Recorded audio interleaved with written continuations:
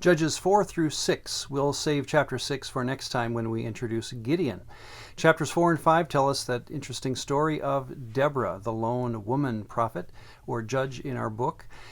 She is called a prophetess in chapter 4, which is very important to the story because here's how it all pans out. Deborah lives in the south, somewhere near Shechem, south of our map here. This is of Galilee. And by the way, the topography of the northern part of Israel is different than the south because the valley systems run east-west up here in the north. And so the main large valley that runs east-west in Upper Israel is called the Valley of Jezreel, or the Megiddo Valley. Whoever controls this area controls all trade, all taxation, and really all power in the northern half of Israel. And what had happened is that Hazor, the city that Joshua had burned over 100 years ago, has now been repopulated by the Canaanites. And a king named Jabin, an inherited name again, so it's the same name, different person. This king had formed a confederacy of city-states, and importantly, back in 127, we're told who those cities were.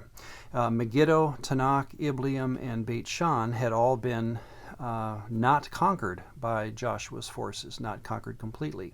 So there's a confederacy of these Canaanites up here that is really running the show and causing trouble. Well, what happens in chapter 4 is that Deborah, the prophetess, gets a word from the Lord that it's time to go to war against this confederacy. She calls upon a man named Barak, and he is asked by, that's a cue, by Deborah to meet him at Mount Tabor, just north of the valley. Sisera is the name of Jabin's military. He is the military commander of Jabin's army. He lives somewhere here on the south end of the valley, it seems. And so he is amassing forces down here for King Jabin.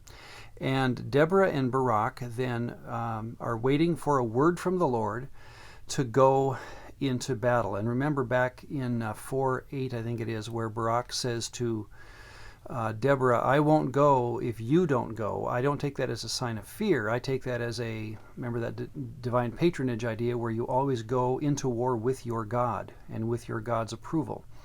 He wanted a prophetess with him to know when to go and how to go, and that's exactly what happens in 4:14 when she says, up, go, and it seems to be the sign from God that it's now time to go into battle. So Israel's forces rush into the valley from the north, Sisera's forces go into the valley from the south, and they meet.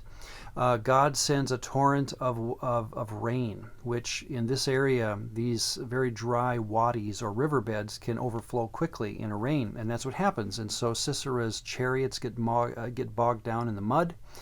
Sisera himself alights his chariot, runs away, and he goes to the tent, he thinks, of Heber. Heber seems to be a man that was in league with King Jabin up there in Hazor, so he knows it's a safe tent, as it were, to go to. Well, he meets Heber's wife, actually, Jael. And Jael, these tents are separate for men and women at this time, and so Jael invites him, Sisera, into her tent and promises him safety. And of course, as the story goes, he asks for water, she gives him milk. He asks for safety, and she gives him a tent peg in the head.